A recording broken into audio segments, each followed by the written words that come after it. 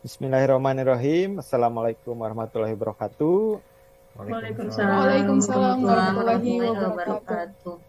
Kami peserta Latsar CPNS Provinsi Jawa Barat, Angkatan Jabar 16. Hari ini kami akan berdiskusi tentang smart government dan penerapannya di tempat kami bekerja. Namun sebelumnya izinkan saya memperkenalkan diri. Nama saya Sagara Yudhistira. Saya bertugas di Dinas Kesehatan Provinsi Jawa Barat untuk bagian pengelola keuangan. Mungkin selanjutnya dilanjutkan kepada Teh Irma. Silahkan Teh. Ya, terima kasih Kang. Perkenalkan, nama saya Irma Yumiani. Saya bertugas di RSUD Al Ihsan sebagai perawat terampil. Baik, Teh Irma, terima kasih. Selanjutnya dilanjutkan kepada Teh Nafilah. Silahkan Teh. Baik, terima kasih Kang. Perkenalkan, nama saya Nafila Sadila. Saat ini saya bertugas di Cabang Dinas Kehutanan Wilayah 8 sebagai pengelola budidaya. Terima kasih. Baik, Teh. Terima kasih Teh Nafilah. Selanjutnya mungkin bisa dilanjutkan kepada Teh Canci. Silahkan Teh.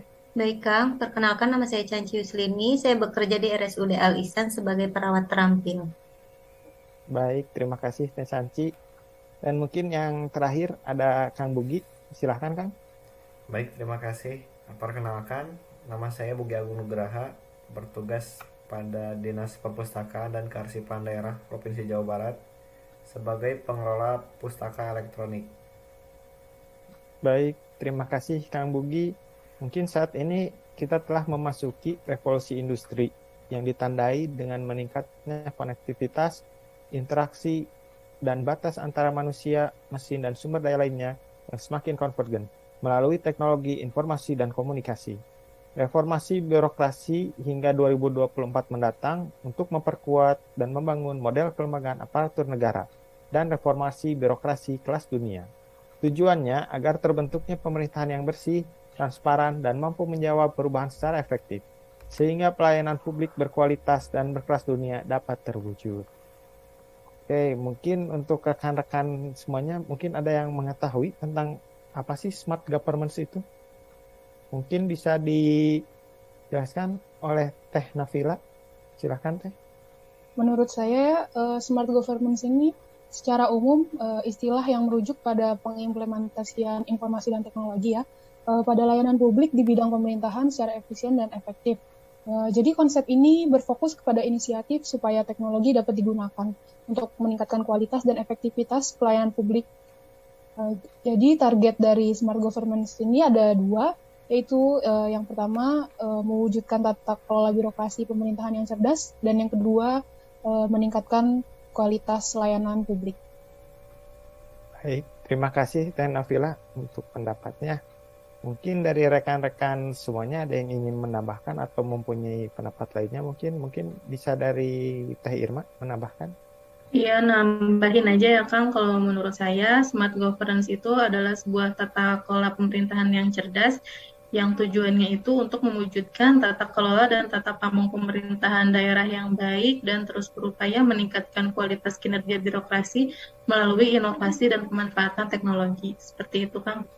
Baik Teh Irma, terima kasih. Nah, untuk rekan-rekan mungkin tahu nggak sih dalam mewujudkan smart governance itu khususnya di tempat kita bekerja itu dibutuhkan elemen pendukung.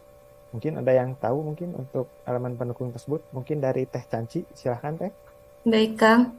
Menurut saya elemen pendukung itu salah satunya smart ASN ya, Kang.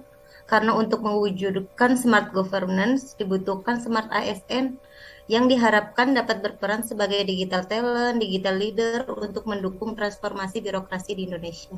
Gitu, Kang. Baik, terima kasih Teh. Mungkin ada yang bisa menjelaskan apa sih itu smart ASN tersebut? Mungkin saya persilahkan Kang Bugi. Baik, terima kasih. Sebagai smart ASN, kita harus memiliki profil yang terdiri dari nasionalisme, integritas, wawasan global, hospitality, networking, penguasaan teknologi informasi, bahasa asing, dan entrepreneurship. Baik, terima kasih Kang. Maka dari itu untuk rekan-rekan sekalian, karena fungsi ASN sebagai pelayan publik dan target dari smart governance adalah meningkatkan kualitas layanan publik, Artinya, kita mempunyai peran yang penting untuk mewujudkan smart governance. Mungkin apa aja nih penerapan smart ASN yang sudah dilakukan di instansi rekan-rekan semua ini di tempat kerjanya? Mungkin bisa dijelaskan ya dari Teh Nafila dulu mungkin. Ya, baik. Terima kasih. Di Dinas Kehutanan sendiri ya penerapan Smart ASN, salah satu penerapan Smart ASN yang sudah dilakukan ini dalam bidang teknologi dan informasi. Jadi di Dinas Kehutanan ini ada aplikasinya bernama Simantri Bibit. Jadi aplikasi ini merupakan sistem informasi pemantauan kontribusi bibit. Jadi dari aplikasi ini kita bisa tahu kontribusi bibit ada berapa banyak, lalu ketersediaan stok bibit di tiap-tiap UPTD, lalu ada juga peta kontribusi bibit di seluruh Jawa Barat. Tapi terlepas dari penerapan kemajuan ini, ada juga beberapa masalah, ada beberapa kekurangan di Dinas Kehutanan, khususnya di cabang Dinas Kehutanan wilayah 8 ya. Jadi ada beberapa kegiatan yang seharusnya bisa dilakukan dengan penguasaan teknologi dan informasi, tapi sampai saat ini belum ada penerapannya gitu. Jadi kegiatan ini tuh pelaporan GTPP ya, atau Gerak Tanam Pelihara Pohon. Jadi seharusnya pelaporan ini bisa dilakukan melalui Google Form untuk efektivitas waktu dan efisien, tetapi sayangnya belum dilakukan sampai saat ini. Mungkin menurut saya gagasan kedepannya bisa ya seperti itu, bisa digunakan tools-tools yang berbasis teknologi dan informasi ya, seperti Google Form atau Google Spreadsheet. Terima kasih. Itu aja sih kalau dari Dinas Kehutanan, Kang. Baik, terima kasih Teh Nafila. Menarik ya, dengan sistem informasi bisa mendekatkan, nggak perlu jauh-jauh ya mendatangi UPTD setempat. Mungkin selanjutnya untuk penerapan Smart ASN yang dilakukan di instansi mungkin bisa dilanjutkan oleh Kang Bugi. Mangga, Kang. Baik, terima kasih Kang. Jadi karena teknologi informasi dan komunikasi berkembang sangat pesat hingga saat ini, jarak dan waktu seakan tidak lagi menjadi hambatan. Hal ini menjadi tuntutan bagi ASN agar mengikuti perkembangan zaman saat ini. Salah satunya dengan penerapan sistem surat menyurat digital pada lingkup pemerintah daerah Provinsi Jawa Barat. Dinas Perpustakaan Daerah Provinsi Jawa Barat sebagai development dalam mengembangkan aplikasi sidebar mobile. Aplikasi sidebar mobile ini merupakan inovasi baru dari sekian banyak aplikasi yang diluncurkan terkait e-office di lingkungan pemerintah daerah Provinsi Jawa Barat. Aplikasi ini dipandang penting dari segi keamanan, efektivitas, efisien bagi ASN pemerintah daerah Provinsi Jawa Barat. Adapun urgensi dari penggunaan aplikasi ini dari segi layanan menjadi alat bantu yang dapat memfasilitasi proses persuratan yang digunakan seluruh ASN di Jawa Barat. Sedangkan di level agreement dapat mempersingkat waktu dalam proses persuratan. Dalam aplikasi sidebar ini terdapat 4 fitur utama, yaitu menerima dokumen, tanda tangan elektronik, disposisi dan distribusi, serta validasi dokumen.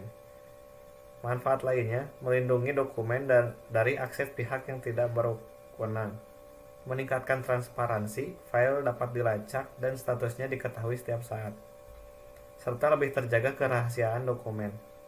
Target penggunaan untuk sidebar mobile ini tentunya seluruh ASN atau pegawai di lingkungan pemerintah daerah Provinsi Jawa Barat. Sekian, Kang. Baik, terima kasih Kang Bugi. Menarik sekali untuk sidebar mobile-nya yang mempunyai fitur menerima dokumen, tanda tangan elektronik, disposisi dan distribusi, serta validasi dokumennya. Jadi tidak membutuhkan waktu yang cepat ya untuk validasi dokumennya. Terima kasih Kang Bugi. Mungkin dapat dilanjutkan untuk penerapan Smart ASN lainnya, mungkin bisa dilanjutkan Teh Canci. Iya Kang, menurut saya kita sebagai seorang ASN tidak hanya mampu mengoperasikan alat saja ya, tetapi harus mampu memiliki kecakapan literasi digital yang bagus, bermedia digital yang penuh tanggung jawab, mampu mengoperasikan beberapa aplikasi-aplikasi yang ada di instansi. Salah satunya aplikasi yang ada di instansi saya bekerja itu aplikasi RSUD Al Ihsan Mobile. Aplikasi ini bertujuan untuk memudahkan masyarakat dalam mengakses layanan kesehatan seperti pendaftaran online, mengetahui jadwal praktik dokter, begitu kan. Izin nambahin ya Kang, di RSUD Al Ihsan juga sistem rekam medisnya sudah berbasis IT, jadi informasi pasien itu dapat diakses dengan memasukkan nomor rekam medis pasien ke aplikasi SIRS namanya. Jadi di aplikasi ini kita bisa mengakses informasi billing pasien, mengetahui tindakan medis, tindakan keperawatan yang sudah dilakukan, terus juga kita bisa melihat hasil pemeriksaan radiologi. Terus juga ada aplikasi namanya aplikasi FunSlab, itu untuk melihat hasil pemeriksaan laboratorium pasien seperti itu. Tapi kendalanya kalau misalnya sering error, jadi kita nggak bisa login masuk, mungkin sistemnya harus diperbaiki Kang. Seperti itu. Baik, terima kasih buat Teh Canci dan Teh Irma telah menjelaskan untuk Smart ASN yang diterapkan di tempat kerjanya. Mungkin dengan masuknya generasi milenial sebagai ASN, maka konsep Smart ASN dan e-government bisa diterapkan menuju pelayanan publik yang tak hanya berkualitas, tapi juga berkelas dunia. Kemampuan inovasi juga menjadi penting dalam revolusi industri. Inovasi menggantikan yang lama agar menjadi lebih efisien dan efektif. Perubahan tersebut dimulai dari kultur birokrasi yang mengakomodir ide-ide kreatif pembelajaran dalam pengembangan kompetensi ASN. Mungkin cukup sekian dari kelompok kami. Mohon maaf bila ada kekurangan atau salah penyebutan kata. Billahi taufiq wal hidayah. Assalamualaikum warahmatullahi wabarakatuh. Waalaikumsalam warahmatullahi wabarakatuh. Jabar Juara. BPSDM Terpercaya. Terima kasih. Terima kasih. Terima kasih. Si